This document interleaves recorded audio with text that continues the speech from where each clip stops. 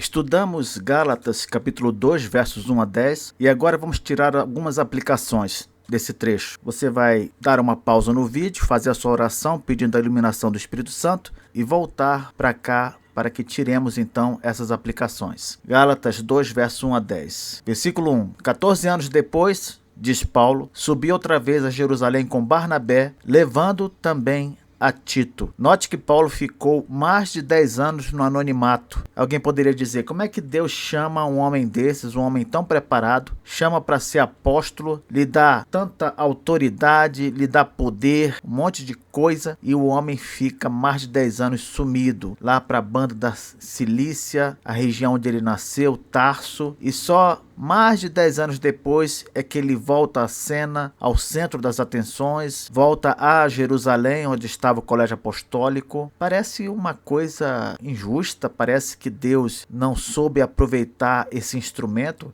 mas a verdade é que nós, crentes, nunca devemos nos preocupar com holofotes ou coisas do tipo. Paulo ficou 10 anos num aparente anonimato, mas ele ficou servindo a Deus. Nós vimos que todos ouviam dizer lá na Judéia que Paulo, onde ele estava pregando o evangelho. Então, às vezes acontece das pessoas não saberem o que estamos fazendo, não saberem como estamos fazendo, como estamos servindo ao Senhor, mas isso não é o mais importante. O mais importante é que a gente faça o serviço para o qual ele nos chamou. O mais importante é que a gente cumpra o nosso ministério com fidelidade. O mais importante é servir a Deus. Se as pessoas vão saber, se a maioria das pessoas vão saber disso ou não, se vai haver um reconhecimento ou não, isso não importa. O que importa é que você, onde estiver, esteja servindo a Deus com alegria, com fidelidade, fazendo o melhor que você pode para cumprir aquele ministério que ele te deu. Isso é que importa. Então, 14 anos depois, subiu outra vez a Jerusalém com Barnabé, levando também a Tito, e no versículo 2 ele continua. Subi em obediência a uma revelação, e lhes expus o evangelho que prego entre os gentios, mas em particular aos que pareciam de maior influência. Quem eram? Os apóstolos. Para, de algum modo, não correr ou ter corrido em vão. Você percebe que o apóstolo Paulo, ele fez aquilo porque ele sabia que a aprovação dos apóstolos de Jerusalém seria importante para o seu ministério. Não que fosse algo essencial, o que realmente importava era a missão que ele recebeu de Cristo. Mas Paulo reconhecia que a aprovação do colégio apostólico iria facilitar por demais a sua vida e o seu ministério. Então não cabe, quando a gente percebe que alguma coisa pode contribuir para a propagação do evangelho, não cabe qualquer atitude de arrogância, de prepotência, ou achar que nós damos conta de tudo, não precisamos de mais ninguém, não precisamos de nada. Não, o apóstolo Paulo sabia, no fundo, que a aprovação do colégio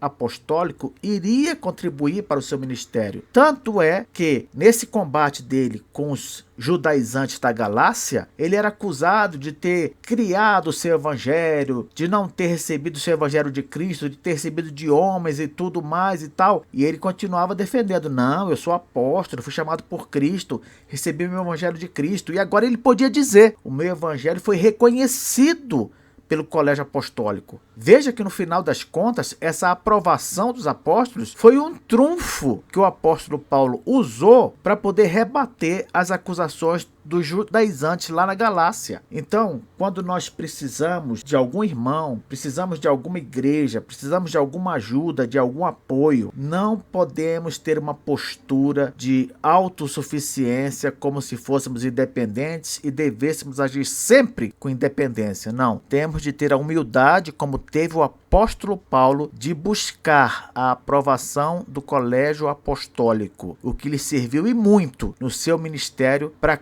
ganhar a credibilidade por parte daqueles a quem ele pregava o evangelho. Ele diz no versículo 3, contudo, nem mesmo Tito, que estava comigo, sendo grego, isto é, não sendo judeu, foi constrangido a circuncidar-se, porque segundo os judaizantes, Era de se esperar que Tito, não sendo judeu, deveria primeiro se circuncidar para então ser aceito como cristão. Por isso que ele fala no versículo 4, isto por causa dos falsos irmãos. Falsos irmãos. Ele está aqui chamando os judaizantes de falsos irmãos, que se entremeteram com o fim de espreitar a nossa liberdade que temos em Cristo Jesus e reduzir-nos à escravidão. Por que Tito deveria ser circuncidado? Somente porque os judaizantes achavam que deveria ser feito isso. Por quê? Não, há coisas que são inegociáveis. Nós costumamos dizer que no meio evangélico nós temos certas doutrinas que, se não seguirmos, se não adotarmos, isso não importa em termos de salvação. Pode ser um erro até doutrinário, mas não é um erro tão sério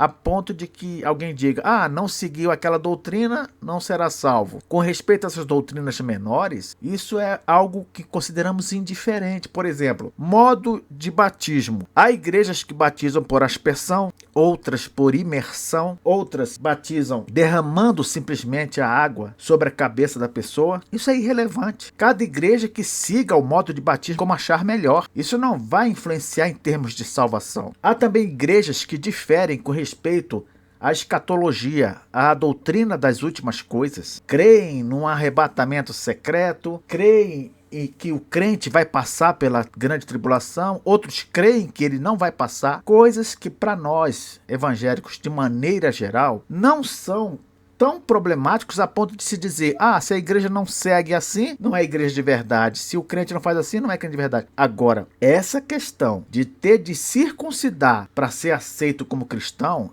aí já fere uma doutrina essencial. Qual doutrina, professor? A doutrina da suficiência de Cristo para a salvação. Esse assunto é inegociável para nós. Jesus mesmo falou lá em João 14, eu sou o caminho, a verdade e a vida. Ninguém vem ao Pai senão por mim. Por isso, quando Paulo diz aqui no versículo 4 do capítulo 2 de Gálatas, falsos irmãos que se entremeteram com o fim de espreitar nossa liberdade que temos em Cristo Jesus e reduzir-nos à escravidão, ele está falando justamente sobre essa liberdade que Cristo nos deu ao fazer o que não poderíamos fazer. Antes, nós éramos obrigados, nós éramos escravos dessa obrigação de cumprir a lei perfeitamente, algo que jamais poderíamos fazer. Então Jesus, ele nos livrou dessa obrigação quando nos substituiu. Ele cumpriu a lei perfeitamente no nosso lugar. Nós somos livres em Cristo. Não precisamos desse meio de justificação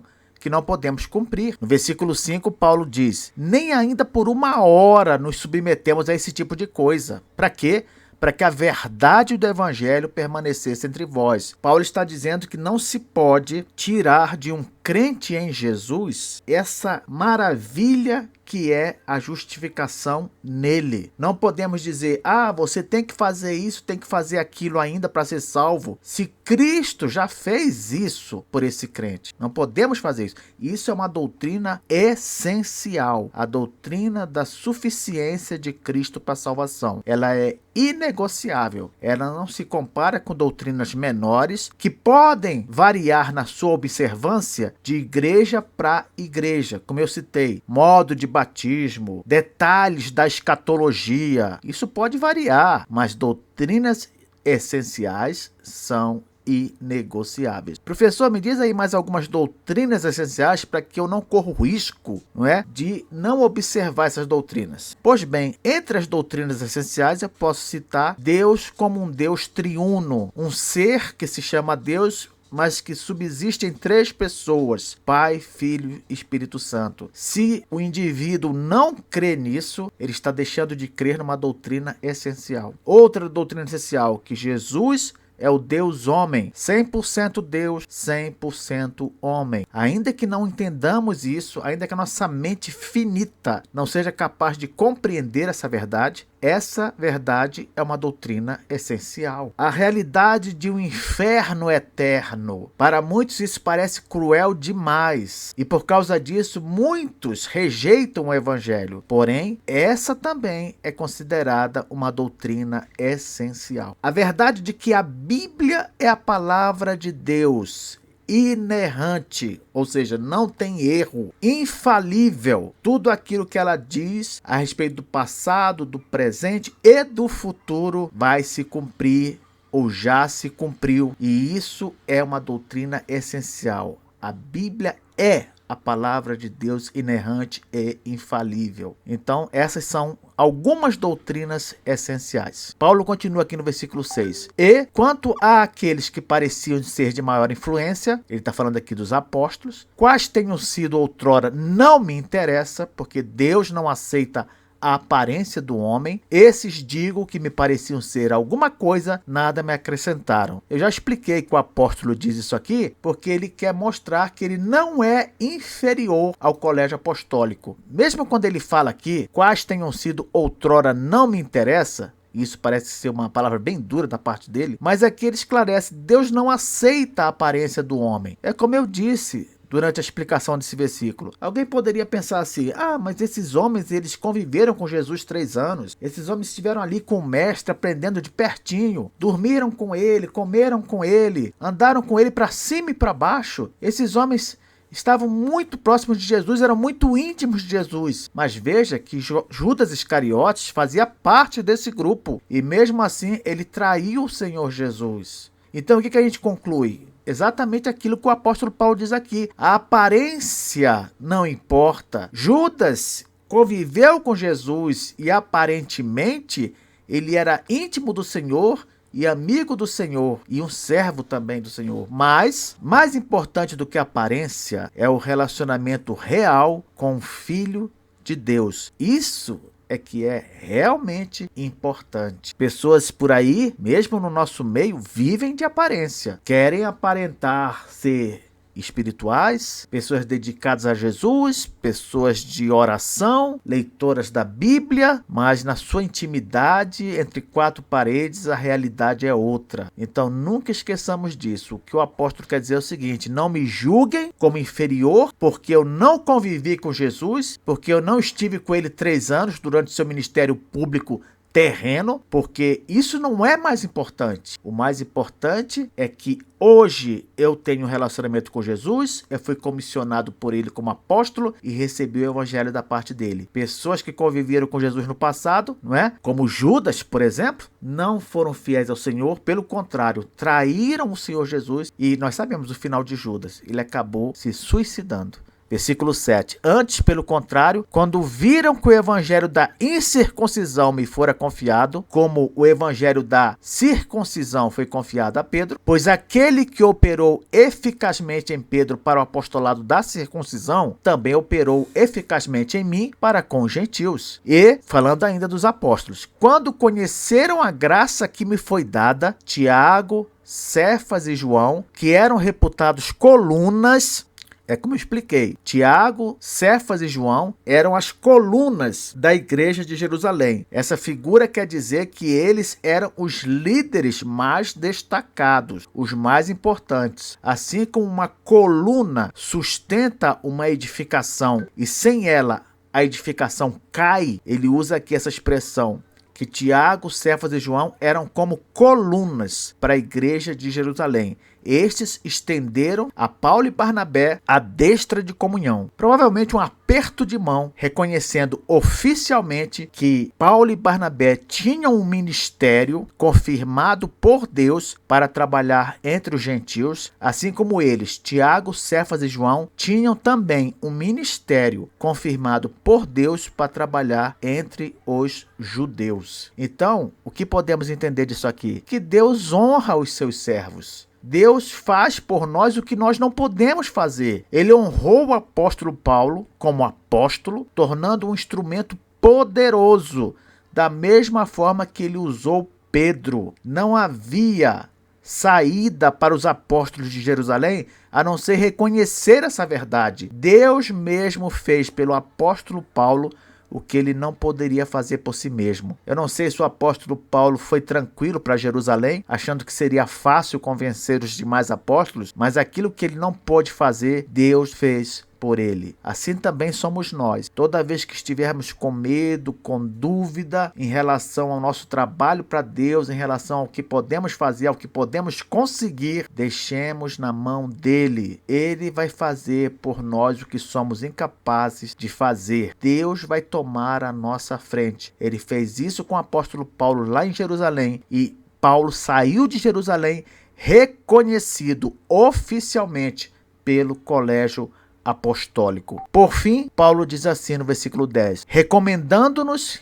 quem recomendou? Os apóstolos. Recomendando-nos somente que nos lembrássemos dos pobres, o que também me esforcei por fazer. A igreja do Senhor Jesus Cristo, ela não pode se esquecer daqueles que são materialmente necessitados. Isso é verdade. Mas ela também tem que sempre lembrar que a maior necessidade do homem não é material, é espiritual. É espiritual. Um homem morrer de fome não é pior do que ele morrer sem Cristo. Por isso, Paulo, aqui ele diz que se lembrava dos pobres, mas nós sabemos que ele se dedicou principalmente à pregação do evangelho. E é isso que a igreja tem de fazer também. Ela pode cuidar dos pobres, pode ajudar os materialmente necessitados, mas ela tem sempre de lembrar que a sua maior obrigação e aquilo que somente ela pode fazer é pregar o evangelho a toda criatura. Há muitas instituições por aí